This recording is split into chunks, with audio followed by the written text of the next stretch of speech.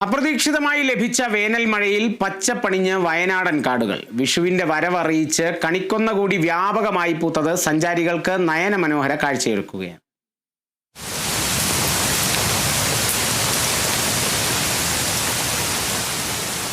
കഴിഞ്ഞ ദിവസങ്ങളിലായി ജില്ലയുടെ പല ഭാഗങ്ങളിലും സാമാന്യം ഭേദപ്പെട്ട രീതിയിലാണ് വേനൽ മഴ ലഭിച്ചത്. ഇതോടെ വയനാടൻ കാടുകളും ഹരിതാപമായി. മുൻവർഷങ്ങളിൽ മാർച്ച് ഏപ്രിൽ മാസങ്ങളിൽ വനമേഖലയിൽ കനത്ത വരൾച്ചയായിരുന്നു അനുഭവപ്പെട്ടത്. വന്യമൃഗങ്ങൾക്ക് വെള്ളം ലഭ്യമാക്കുന്നതിനായി വനത്തിനുള്ളിൽ കുളം നിർമ്മാണം, ബ്രഷ്വുഡ് ചെക്ക് ഡാം തുടങ്ങിയ നിരവധി പദ്ധതികളും വനം വകുപ്പ് നടപ്പിലാക്കിയിരുന്നു. വേനൽ മഴ ലഭിച്ചതോടെ ഇവയെല്ലാം ഇന്ന് ജലസമൃദ്ധമാണ്.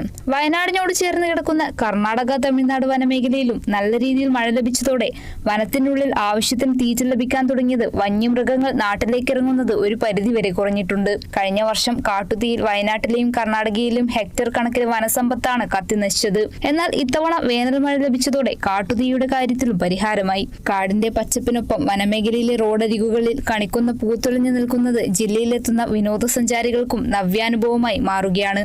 Kerala vision news, Wayanad.